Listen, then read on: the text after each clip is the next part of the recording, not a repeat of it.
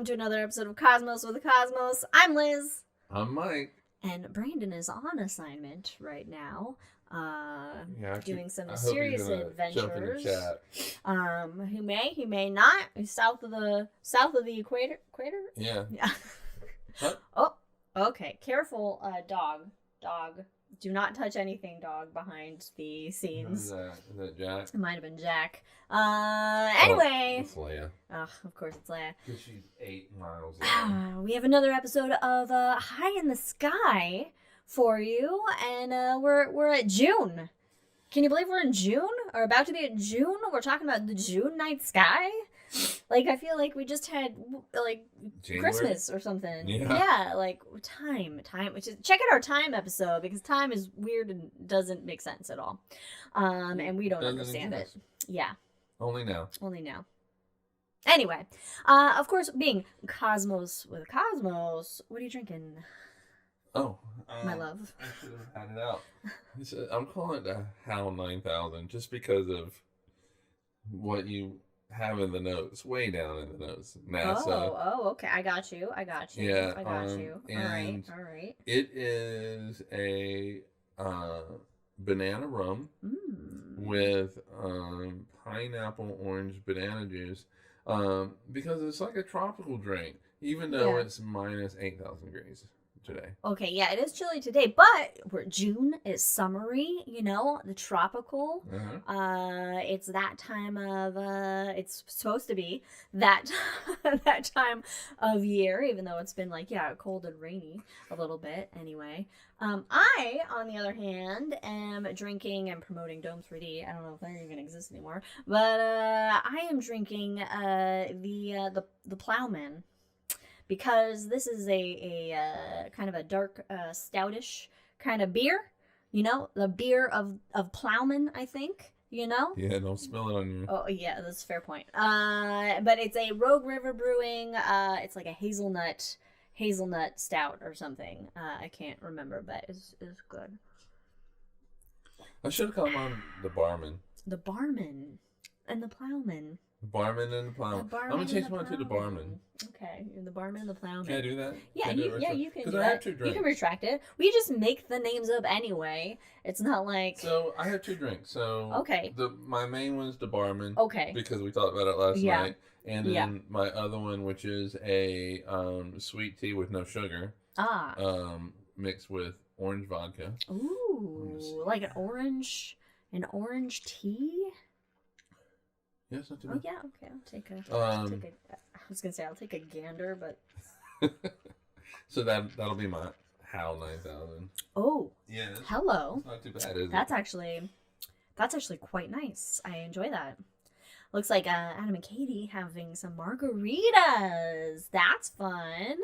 And, Jack, you made blueberry and hazelnut cocoa. Oh, you see, it's raining where Jack is, too. What is with this weather?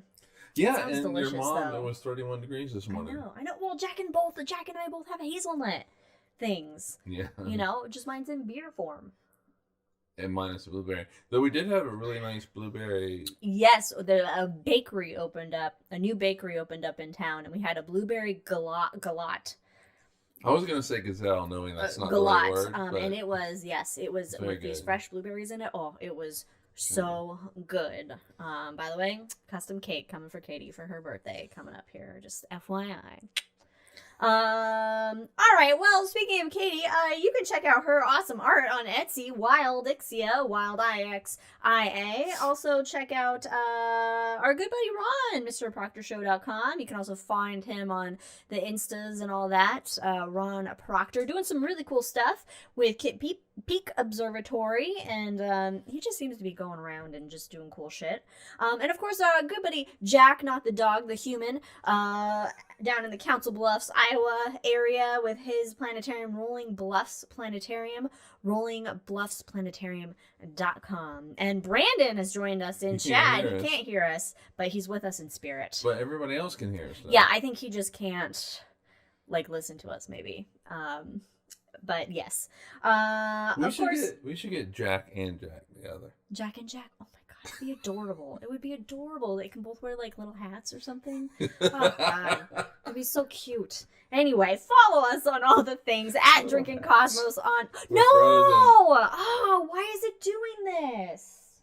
Oh my gosh, I don't get it. Jesus. I like we froze on a nice little smile though, so that's fun. You know, cool. Studio mode or whatever it is. I guess we'll just kind of deal with this all day. I'm not sure why. I can't close OBS because I don't know how to deal with the stream if that happens and restarting the stream. Anybody know how to restart the stream when that happens? All right, there we go. Okay, we're just gonna do this the whole time. Yeah. And have this, and this will just be our janky video show. That's what we'll call it, the janky video episode. But anyway, so follow us on all the things at Drinking Cosmos on Twitter and Cosmos with Cosmos everywhere else, Instagram, Facebook, and wherever you get your podcast, Spotify, Apple, you know, that good stuff. We got some cool short shots of astronomy called The Shot that come out every other Wednesday. Don't we need to record some more? We're going to need to record some more. So check those out if you like more of a short form media content. And of course, in the episodes, we have a little rules, a little drinking game, if you will. If you hear a dog bark, take a drink. And if we make any nerdy Lord of the Rings or Star Wars references, also take a drink. Because, you know, and I have a little bit of fun with it. Oh, okay. Jack says it might also be YouTube. I was watching a stream yesterday and it was really a pixely mess about every 20 minutes. Okay, so YouTube. But our camera keeps turning off. The light keeps turning off. So I don't know. I think it's probably on our end somehow. I'm just making sure no dog is laying on the camera. So yeah, no, I think it's probably an issue on our end. But it wasn't doing this earlier anyway. But okay, cool. So let's get high in the sky. I'm gonna say it like that every time because I think it's fun and I like it. Nobody has said anything. I know. I'm just saying. Of course, on our high in the skies, we do like to typically have a constellation highlight for the month. And I was kind of debating this month's constellation highlight. I thought about maybe like Lupus, Wolf, or Libra, the Scales of Justice, but. Yeah, some non-typical ones. However, I realized, you know what, those ones are kind of dim. You know, they're really not, like, very obvious to find in the night sky. Wait, Lupus? Yeah. You mean Lepus? No, Lupus. A wolf. It's a wolf. Oh, okay. Not Lepus the hare. Lupus the wolf. But Lepus the hare, but isn't lupus like a disease? It is also a disease, yes. And it's also the first condition House thinks of in the show House. It's always lupus at first, and then it's not lupus. But, no, I did not go with lupus or lepus or Libra. Who'd you go with? I went with the good old classic, Boaties. Oh, the plowman. The plowman, or, yes, the plowman or the herdsman. Kind of depending on, you know, it could be either or. His brother's or depending on your translation of Greek, I assume. His brother's what? The barman. His brother's the barman. It'd make my yes, thing work. Yes, unofficially brother of Boaties is the barman, which is Baties. I don't know. It's very Boston. Baties. Yeah, Baties. That's how they say Boaties in Boston. It's Baties. I don't know. Or if you're a sheep. Anyway. Boaties is one of Ptolemy's original 48 constellations, so it goes back. It goes back to the ancient peoples looking at the sky, and of course it has remained as one of the modern 88 constellations that is recognized, and it's easy to find, and you can find it using the Big Dipper, Big D. You know, I knew I shouldn't as soon as it popped in my head, but I was like, I gotta go through with it now. Which the Big Dipper is part of Ursa Major, the Big Bear in the northern part of the sign. Oh God, yeah, I did, yep. I have to consciously not say that. And the Big Dipper, see, it's easy to find in the northern sky, very recognizable. I'd say that the majority of people probably have heard of it or can easily recognize it in the sky. Even in a light polluted sky, it stands out. And you can, once you find the Big Dipper, you use the handle of the Big Dipper. You follow the arc of the handle to the first brightest star you hit, Arcturus. Right. So what do you say? You arc to Arcturus. And spike to Spica. Yeah, Spica being in the constellation of Virgo. There's like a whole little chain of stars that you can go a chain of two. A chain of two. I think you can go somewhere else after Spica, but maybe not. Maybe anyway, you arc to Arcturus. Brain. Woo! Follow that arc. Whee! Bam, you hit it. And Arcturus is a bright star. It's actually the fourth brightest star in the nighttime sky. It'll be like a bright orangey star, so easy to spot. We're off. And it is the... Wow, gosh. Oh, we're good now. And I'll just do that every time. And it is the kind of bottom point star of a shape that looks like a kite in the sky. So from Arcturus, you'll see some you'll see some lines like you're in the planetarium. No, you'll kind of notice this this sort of kite shape of stars, of brightish stars above it, sort of thing. And so that is the body of Bootes. And then if you get like Star App or go visit your local planetarium and they point out Bootes, you'll see he has some arms and there's other depiction of him. I think he only has one arm. He's got one arm that goes up. So he's got little tiny feet. He's got little legs. He's got little legs. Tiny legs. Little legs. Big ass body. Big weird kite-shaped, diamond-shaped body, and then an arm coming out. And then a little head. Triangle head. He's a handsome plowman. Plowman. He's got an arm that sticks up. So that is the shape of Bootes, the shape of the bear herder. Now, speaking of Arcturus, again, Arcturus is kind of translated as the guardian of the bear or the watcher. And it's an orange giant star that is 7.1 billion years old. So it's gone off what's called the main sequence, the main part of its life, and now it's in old age. Right. It's running out of fuel. It's dying. But as it has gone through this process, being kind of similar in mass to the sun, it's actually 25 times the diameter of the sun because it's kind of fluffed out those outer layers. As the core shrinks, it doesn't have the gravity to hold on to those outer layers, so they start to kind of balloon off of the core, causing it to become this orange giant. Because the core is so hot. Because the core is hot. It's getting hot in there. Yeah, take off all your gas. Fusing helium makes a lot of heat. Now.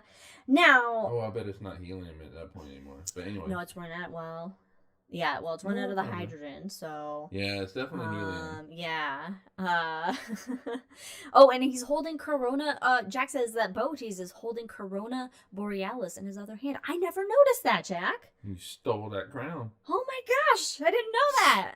Man, okay. The plowman has lofty goals, apparently. Yeah. Is taken over. Now, Arcturus is 36.7 light years away, and the Hipparcos satellite astrometry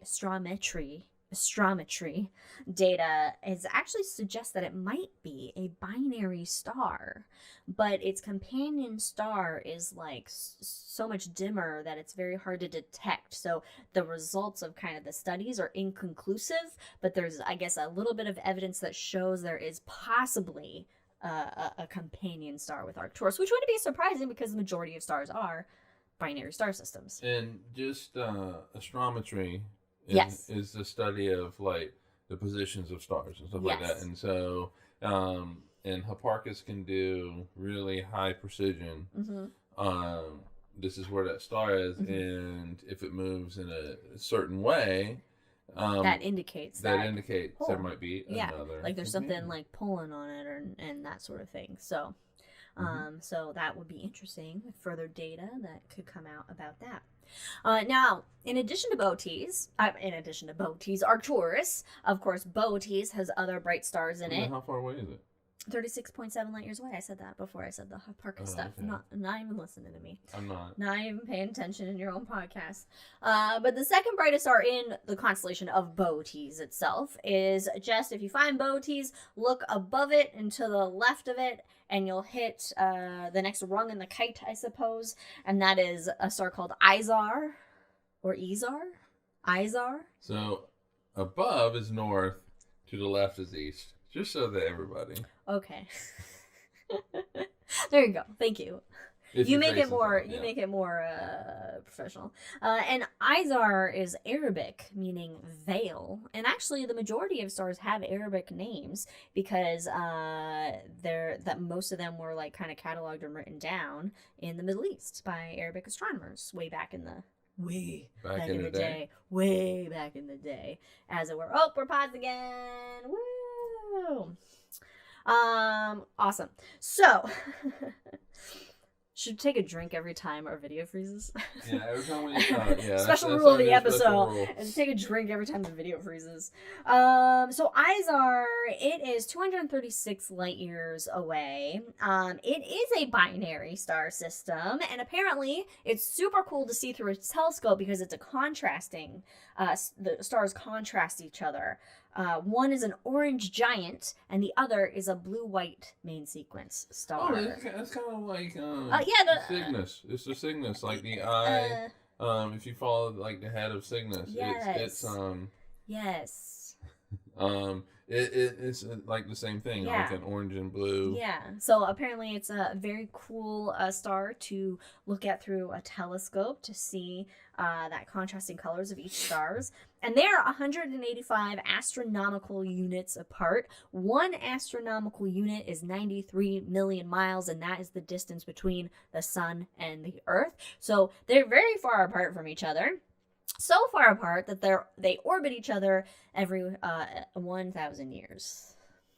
A 1,000-year orbit. Wow. So pretty long. Now, I found an interesting tidbit about Izar, and apparently in the 1970s it became a part of like this alien mystery. Some Scottish like astronomer and science fiction writer named Duncan Lunan. I would do a Scottish accent, but I cannot. I cannot. You piss off the whole country. He published an article in the Journal magazine. I don't know what it was, but called Space Flight. In 1973, and he claimed that he had identified and interpreted a hidden radio message from a 10,000-year-old alien space probe sent by inhabitants of a planet in the Epsilon Boötes system. Okay. And this got like sensational news. It was even reported in Time. Wow. But then in 1976, he withdrew the claim. Because it was bullshit, basically. Yeah. Because, I mean, obviously, yeah. But it actually partly inspired a German author, Mark Brandis's 1974 novel called Responsibly Epsilon. That was not German. That was bad. I apologize to the country of Germany. Meaning space probe. Nobody's listening. Yeah, space probe Epsilon. So wild. But you did say it angrily. Yeah. Which is like the entire language. Yeah. And you gotta tell me what I got. So now we gotta take a drink. We gotta take a drink. I was already about to take a drink too. Look at that. Cool. Even when they say I love you, it's just filled with anger and hate. Ich liebe dich. Yeah. It's like you're gonna. But I'll say Ich liebe dich. You still sound like you're gonna hit me with a hammer. So, a wild random conspiracy, alien conspiracy with Izar in the constellation of Boötes. I would never have thought that, By the way, I just want to say there is a little bit of a delay, so we know we're frozen before you say we're frozen in chat. Just FYI. Okay, so of course with these constellations, there's also mythology surrounding them. Now, all this mythology that I got basically is sourced from the good old-fashioned, highly reputable Wikipedia. That's the amount of time I had. So, Bootes in ancient Babylon. By the way, your job, you got to keep an eye on you keep an eye on the freeze frame, okay? There you go. You watch and make sure we're frozen, or not. You let me know. Didn't I tell you last time? No, but you're looking at the notes, so I need you to keep an eye on because I got to look at the notes. So in ancient Babylon, it was called, or the collection of stars was called Shupa.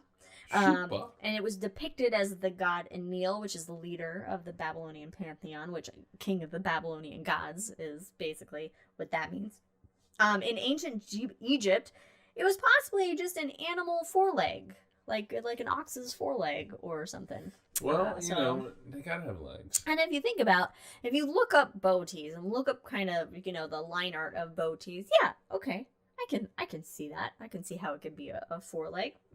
Of course, the most popular stories and that we know are originated in ancient Greece, and there's a couple different ones, like there always is. There's always various different versions of stories. In one of them, Bootes is basically seen as the son of Demeter, a plowman who drove ox herding Ursa Major, the big bear. And the ancient Greeks also saw the Big Dipper as a plow or a cart with oxen. So that checks out, I guess. Another one comes from a guy named Hyginus. I believe we've referenced him before on the show. Clean guy, very clean, apparently. And he says, or in this story from Hyginus, is Bootes is represented as Icarus. We all know Icarus of the Fly Too Close to the Sun fame. Yeah. So apparently Icarus was schooled as a grape farmer and a winemaker by Dionysus, the party god, basically. And so Icarus ended up making wine so strong that those who drank it appeared poisoned. Okay. So it just got people real fucked up. And it caused, I guess, shepherds to avenge their supposedly poisoned friends by killing Icarus. So they're like, you poison them, even though they're just really drunk. And so they kill them, basically. So then, this gets really weird. Okay, so Mara, Icarus's dog, brought his daughter Erogone to her father's body. And when she saw her father's body, she and the dog committed suicide. Now, I don't know what choice the dog made in this supposed suicide. Well, okay, if Leia stumbled upon you like that, she would do that. She killed herself. But if she stumbled upon me, she'd be like, all right, who's gonna feed me? You gotta feed me now. So, what the method of suicide? I don't know. So then Zeus ate some chocolate. Zeus then, the dog ate some of the grapes then. Oh, there we go. Yeah. Then got poisoned. Zeus then chose, I don't know why, to honor all three of them by placing them in the sky as constellations, with Icarus being Bootes, Erogone as Virgo, and Mara as Canis Major or Canis Minor. Let's hope Major, because Major, well... Either one. I mean, whatever. It depends if it was a small or big dog. We don't know. We don't know what breed this dog was. Canis Major looks like a really weird dog, and then Canis Minor is a hot dog. Canis Minor is a hot dog. Yeah, it's a wiener dog. It's a dachshund. So we don't know what kind of dog it was. So that's one story, which is wild. Which is just, I've never heard it before. Now this other story, I have heard, but apparently I've heard it in a different way, and apparently I guess I've been telling the story of the bears wrong, with the where this doesn't include Bootes, but apparently Bootes is Arcus, the son of Callisto and Zeus. Zeus, by the way, also married to Hera, but like the human women, so he'd go about taking advantage of them. So the long story short is that Arcus was brought up by his grandfather, and Zeus apparently decided to come to dinner. as a king of the god does, coming to dinner. Now the grandfather wanted to test that it was actually really Zeus that was coming to dinner. So, as one does, to test if the king of the gods is actually at your dinner table, you kill your own grandson and serve it to Zeus, the king of the gods. You know, that's the god test, I guess. I'm glad my grandparents didn't do that. Yeah, but Zeus didn't fall for it. He got very mad, apparently. It was like, what the hell? So he turned the grandfather into a wolf. I don't know why. I don't know how bad of a punishment this is. By the way, the grandfather's name is Lycaon. So Lycus, wolf, where, and he brought Arcus back to life. So he's like, hey, your grandfather sucked. You get your life back. So Arcus is like, cool. Now, meanwhile, Hera, not happy about, the whole Callisto-Zeus affair. Hera is a very vengeful queen of the gods, very angry, especially if you watch the show Hercules. She's always pissed off about something. And so she turned Callisto into a bear, right? Now, Arcus, he went out hunting as young men do in ancient Greece, and he stumbled upon this bear that was his mother. And he didn't know it was his mom, and he's gonna try and hunt this bear, or he'd shoot this bear because it's a bear and he's threatened. But Zeus decided to save Callisto by putting her in the sky as Ursa Major, and then because he, didn't want Arcus to I don't know, feel bad about his mom or something. I don't know. He placed Arcus into the sky as Boötes, the guardian of the bear. Okay. Now, the version that I know and have told in many Planetarium shows is that Arcus is actually the little bear that's together with his mom. They turned him into the little bear and not Boötes. Although I didn't know about this whole grandfather killing him and trying to feed him to Zeus part of it. It's very in the Greek stories, you hear the version that is told to kids, of course, and then it's then there's the grim fairy tale version where it's oh, this is real fucked up. Which is the real version. Story. Yeah. I mean, at the end of the day. Meanwhile, the Greeks are like, hey, these are the bedtime stories we tell to our kids. Yeah. I mean, at the end of the day, Greeks be crazy. Greeks be crazy. Now, of course, there is... Greeks be wild. Greeks be wild. The Chinese. I just wanted to highlight the Chinese ones because the Chinese ones are always a little wild. But interestingly, Boötes has a prominent designation in the sky because Arcturus marks the beginning of the lunar calendar. And so Boötes is part of the celestial king's throne or the blue dragon. Okay. But either way, it's a prominent designation in the Chinese sky. So does the lunar calendar start when? I mean, the moon. I don't know. Every month. I didn't look up the lunar calendar. I got it. But I'll ask him if you wish. Okay, yeah, because he'll be there. So pick your story, but also pick your flavor because, as I mentioned before, the shape of Boötes is it's like a kite or a diamond, but you can also imagine it as an ice cream cone, which we always did in the planetarium. Always, yeah. So you can just look at Boötes and think of ice cream because it's about to be summer. Yeah. You're seeing them in summer. But there's only a few constellations that actually look like what they're supposed to. Most of them really don't look like. No, you gotta use some wild imagination. You gotta have some of that poison wine. Yeah.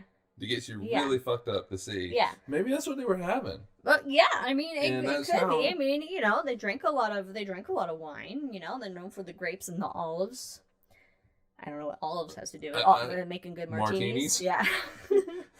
Dirty martinis. Dirty martinis.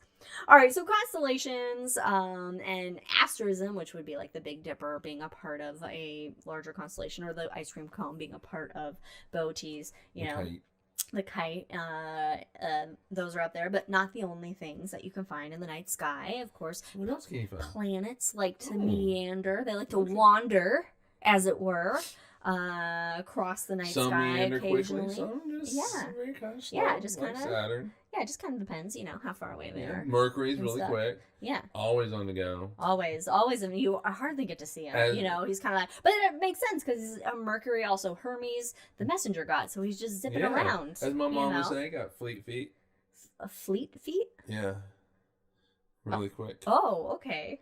That's I guess you can ask my mom. I guess so. I haven't heard that. So on June 4th, Mercury and Jupes. Merc and Jupes, M and J, they will be half a degree apart in the morning sky. So in the early morning sky, probably low on the horizon. Well, it will be low on the horizon because Mercury doesn't get very high above the horizon, being so close to the sun. But they'll be pretty close in the sky. Mars will be more visible at the end of June in the early morning, rising about 3 hours before sunrise. So if you're up in the middle of the night, and then Jupes also again in the early morning hours before sunrise, it will be visible. But really, at the end of the day, June is kind of a crappy month for planet viewing. There's really Venus isn't really visible, Saturn's not going to be visible, and of course Uranus and Neptune. You need binoculars, but I don't think they're really up and visible at all either. So, oh hey. Welcome, special guest, Leia. General Leia Organa. Wanting attention. No, it was Jack was. Yeah, and yes, Mom. He does have little wings on his feet. Hermes or the Roman version, which is Mercury. But some events that will be happening in the month, since the planets aren't really giving us a show in June. Rude. To look at. All month. It is possible to see noctilucent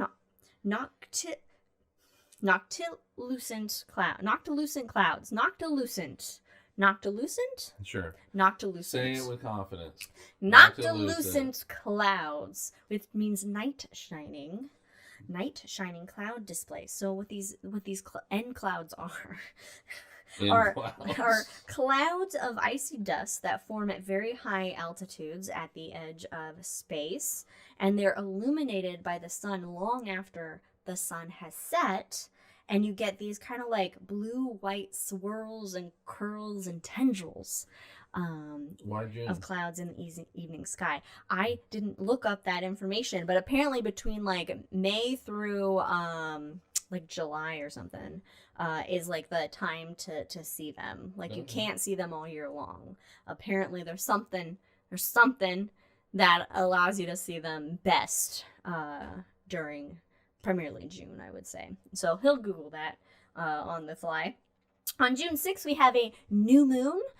So that'll be the best time to stargaze and look at the constellations, because a bright moon, of course, hinders visibility. And, of course, the best time to get your telescope out if you have it, or binoculars, and look for more of the deep sky objects that are out there as well. June 20th, we got summer solstice. June 20th, summer has arrived, and I can't believe that, like, it's almost summer. I know, right? What the heck? Did you find an answer? Yeah, but keep talking. Okay. June 22nd is the full moon. It's known as the strawberry moon, and that's because that is known as the best time of year to gather ripe fruit. And generally, all the full moon names come from Native American tribes. It also has the alternative names of rose moon or honey moon. Nice. So, the noctilucent clouds, they form because. Or they're visible because the sun does not set far below the horizon during the summer months. So it's closer. So it is. It is. Oh, I love that. That face. We should have just kept it. I know. I should have just kept it. That would be just the whole show. Is just my face looking like that. Yeah. So since the sun's not too far below the horizon for the northern hemisphere, that's why. And then obviously during the southern summer. It would be like December, January, that type of thing. Okay, all right. So because the sun's just closer. Well, not physically, but it's just like it's not as far beneath the horizon. Yes. That's cool. We'll have to keep an eye out on that in the evening hours. Although it stays light for like ever. Yeah, and then we're like, and we're tired. We're gonna go to bed now. Anyway. Good roll. Yeah. All right, We're 95. She's more 95 than I am. Yeah, I definitely am. I'm more 75 Yeah. now. I'm more like 115. But anyway, so that's some of the night sky events and things that you can find. Of course, we always recommend trying out like a star map app on your phone or like a tablet or whatever to help you find things up there or help you identify something that you see and you're not sure what it is. You know, if you get that Northern Hemisphere star chart tattoo, I'll just use your shoulder. Oh, yeah, okay, yeah. That'll be... Let me see the tattoo. Yeah, okay. That'll be, we'll see. That's a much future tattoo down the line. That was just an idea I had. Anyway, now it's time for astronomy news. Latest astronomy news. It's time for Cosmos astronomy news. That wasn't a good one. I gotta practice my 1930s news voice. Yeah. So obviously, I don't know what the kids are saying this day for obviously. I'm just gonna say obs. Solar flare. We just had a huge, massive X.7 flare from a monster sunspot on the sun. Of course, it was all in the news. We're frozen again. I saw the light turn off. You know, where people down. How far down did it go latitude-wise? Alabama, Mississippi, like around there. Yeah, could see the northern lights. Yeah, so it dipped in the central part of the country. Yeah. So Jack should have been able to see it, hopefully. But we have a big kind of hill to the mountain / hill. But typically the northern lights are reserved for the higher latitudes on the Earth, like Alaska, Iceland. You know, they get the pretty light shows, you know, when the high energy particles from the sun decide to stop by and interact with the magnetic field in our atmosphere and They decide to come by unannounced. Unannounced. And create a little light show. So it was a special kind of event that people, as low as Mississippi, were able to see the. I know it's happening more often. I don't like it. We're able to see it. So what happened? What is it? Basically a solar flare, it's an intense burst of electromagnetic radiation that originates from sunspots on the sun's surface. So the sun's magnetic field, as it rotates, it gets all twisted and kinky and crazy around the sun. And so it causes these like kind of loops of plasma from these sunspots, and they eventually will break. And that breakage is this massive explosion, essentially, off the surface of the sun that then streams out these high-energy particles out into space. And sometimes that happens in the direction of the Earth. Luckily, we do have a magnetic field that protects us from those high-energy particles, but some make their way in, interact with our atmosphere, and we get this pretty light show. And the colors kind of indicate the elements in the atmosphere, right? Like it's oxygen and nitrogen and all that good stuff. And the X class of flare is the most powerful, and it goes up to X10, I believe, on the scale. So an X.8.7 is a pretty big explosion. I mean, we're talking like a lot of nuclear bombs, like whew, a lot. That's my Jack says it was 80 degrees up on the northern horizon on Friday and about 20 degrees up on Saturday, and he saw all but the purple colors represented. Oh, still, that's pretty cool. That's so cool. So there were one of the downsides though with these solar flares is that really powerful ones, they can't interact and fuck up our satellites really. And power grids and things. So there are kind of consequences. In fact, in 18 something there was one that caused a blackout in Canada. Right. And apparently in Australia and eastern China, there were reports of some blackouts could have been in the 1800s. They didn't have big power grids. Then 1900s. I don't know. It was sometime early 1900s. But in Australia and eastern China, they reported some blackouts for certain radio frequencies. I think it was like below 20 gigahertz, whatever the hertz is of radio frequencies. So there were some consequences to it. Mm-hmm. But we're largely protected, and we know when they're kind of coming our way, and so we can take measures to help avoid damage, like powering down satellites or powering down things, and try to protect the grids and stuff, because we can be like, oh shit, here it comes. It was my dad's birthday, and I could not get him on the phone. And I'm wondering if it maybe had an effect because they were saying that because it was all down. Yeah, it was about the time. Oh, okay. But I didn't even make that connection. Yeah, I don't know. I even blamed it on the sun when I talked to my mom. In other news, James Webb at it again. Good old Webby Webbs. Always doing stuff. The exoplanet detective on the case, James Webb. It possibly has detected an atmosphere around a rocky planet, Cancri 55e. Now, this rocky planet, not like an Earth rocky planet. It's a rocky planet that's a super Earth.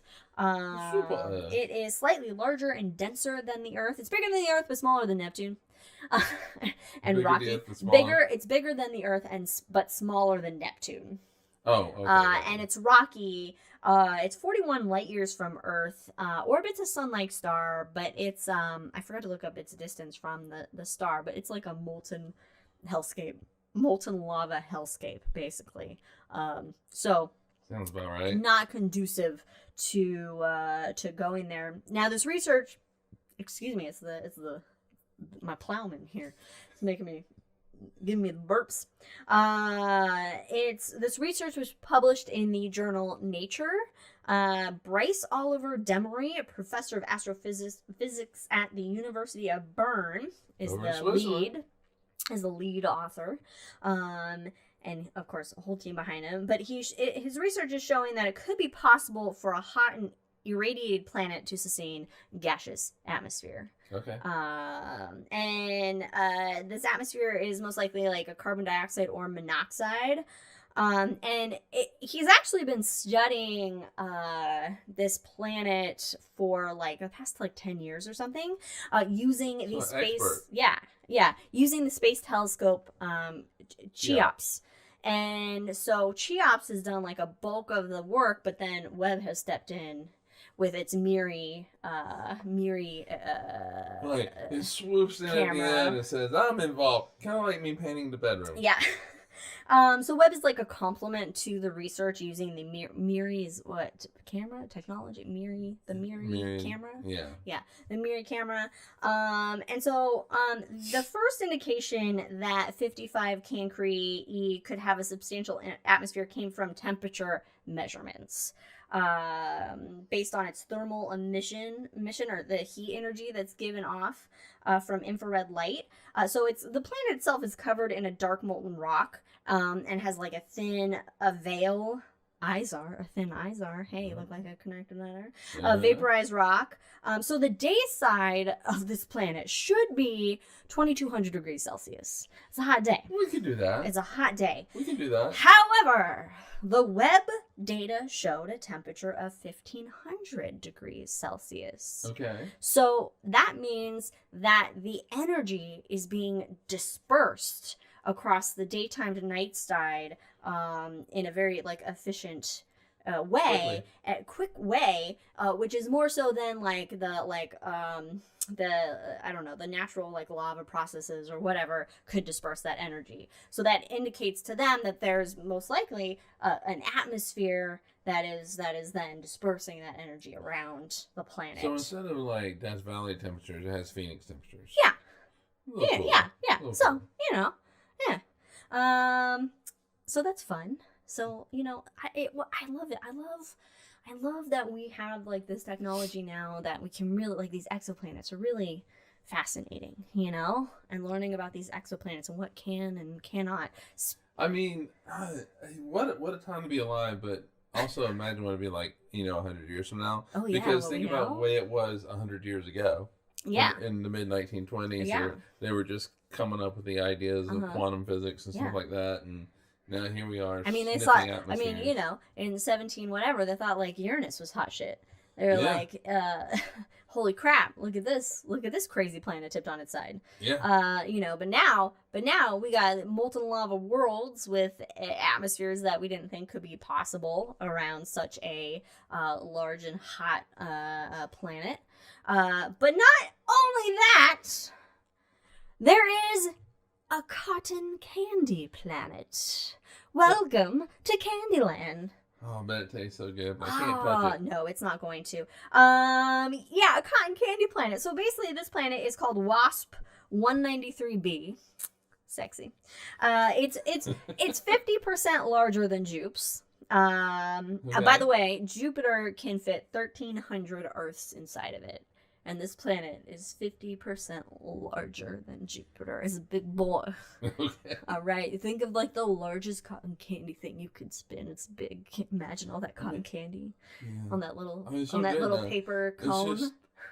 It's just sugar. It's all it is beautiful. Sugar. Oh My God. But okay. Many birds would love it. But it is the second lightest planet Wow. ever found. So while it's super big, it's also super light. So talking mass here. So it's 1,200 light years from Earth, and these planets. There's the lightest one, which I'll tell you about in a second. But they're known as puffy Jupiters. Well, I mean, yeah. Puffy Jupiters. It's like Jupiter put on like one of those little puffy puff jackets. Yeah. A little puff. Puff jubies. We should make a graphic like that. We should. Now the lightest planet ever found is Kepler 51d, and it is super puffy. It's a super puffy, super puffy Jupiter. And it's a Jupiter size, but 100 times lighter. That should be our band name, Super Puffy. Super Puffy? Puffy Jupes. Super Puffy Jupes. Super Puffy Jupes. So the cotton candy analogy is because it's mostly made of light gases rather than solids.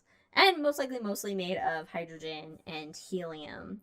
Now, does everybody have like a high-pitched voice on that planet? Oh my God. Yeah, you just like suck a little bit. You just like get a little. There's like a little straw you can. Yeah, so the helium the hydrogen makes your voice high pitched, but then the helium kind of makes you float up. So everybody's just kind of floating and going back down with these high pitched voices. What a Willy Wonka planet! I know, right? The Willy Wonka planets. Now it was really hard to find these planets. These I don't know how many puffy Jupiters they've found. But they used radial velocity. So this is basically looking at a star and its luminosity. No. It's the tug. It's the tug on the star. So it's change. It's kind of like astrometry. Astrometry, yeah. So it's watching it kind of like a wobble or move. But these puffy Jupes, they're so light, they don't have a lot of pull on the star, so it's like barely indistinguishable that they're there. So it took them 4 years to get enough radial velocity data, enough of a wobble to be like, okay, there is a planet there, but it's just so light. It's not pulling its star a lot. And this is they're using Doppler. Basically it's Doppler. Yeah. And this is like a weird thing. It's a mystery because like classical evolution models of planets, of gas giants, don't explain this phenomenon of how they could be so light and not have like the more of the solids that we see. Not that Jupiter has a lot of, Jupiter gets pretty dense. If you jump into Jupiter, you're eventually going to like get stuck in it. Like it's not like these. Everybody thinks of gas giants like, oh, it's like a cloud lake. These ones are more like cloud lakes. They're more like gaseous you would still planets. Get stuck, You're still gonna get stuck at some point. Yeah, it's not like exactly like a cloud, but pretty interesting to find like these planets that are hard to detect. So it makes you wonder, okay, how many fluffy Jupiters are there, and really what is the evolution of gas giants? Because we have, our data points and then, some that we've been able to detect so far, but then you have this curveball come in and go, oh, wait, okay, so... Yeah, such a myriad of different types of planets, and so yeah, it's crazy. It's crazy. It's exciting too. The universe is full of mysteries. Yeah. We don't have it all figured out. We do no matter not. what they said in 1800s. In any way, shape, or form. In other news. All right, let's take it back to a much more familiar planet, our home, our Earth. Back down to humanity. And this one, I thought was interesting because I didn't think that this was like a thing, but apparently it is now because we see it all over. Now when I search Google, I get AI giving me a little synopsis of what it's found on the internet. When I open Adobe Acrobat, it wants me to use some AI tool. When I, am looking at Amazon, it has some like Rufus AI pop up and want to sell me shit. I don't know, but NASA names the first chief officer of AI, artificial intelligence. And I have plagiarized this article from NASA.gov. Are they a real person? They are a real person. Wouldn't that be something? It's Watson. Like, NASA names Watson as the... It's Samo. Watch John Mulaney. Everybody's in LA. It's great. But David Salvagini has been named the first chief officer of AI. And according to Bill Nelson, NASA administrator. Who is 9 billion years. Why is everybody so old? Right, because... Anyway, that's what we do. Bill, all right. Artificial intelligence has been safely used at NASA for decades. That's news. I know, right?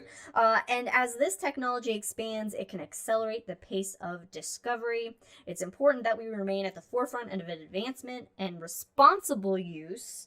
In this new role, David will lead NASA's efforts to guide our agency's responsible use of AI in the cosmos and on Earth to benefit all of humanity. The HAL 9000. There you go. Which ended up trying to kill Dave. Yeah. And we all know what happens with Skynet. I'm just saying. Slippery slope. I did debate Skynet as a name. I mean, yeah, it's, the appointment is in accordance with President Biden's executive order on the safe, secure, and trustworthy development and use of artificial intelligence. So he's responsible for, aligning Another this... old guy. Yeah, right? He's responsible for aligning the strategic vision and planning for AI usage across NASA. And will be a champion for AI innovation, and supporting the development and risk management tools of using AI. AI is going to kill us. So, I mean, this is how we die. Only if it becomes sentient. And then it kills us all. We're fucked because it's going to be like, you guys need to go away. Yeah. It's going to Thanos.